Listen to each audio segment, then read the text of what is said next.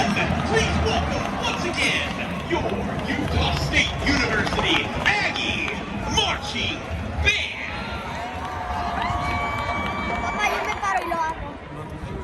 It was the decade of lava lamps, sideburns, all things orange, brown, and avocado green, plus really unfortunate fashion choices. But it was also the decade of incredibly iconic music, and no one was better than Earth, Wind, and Fire.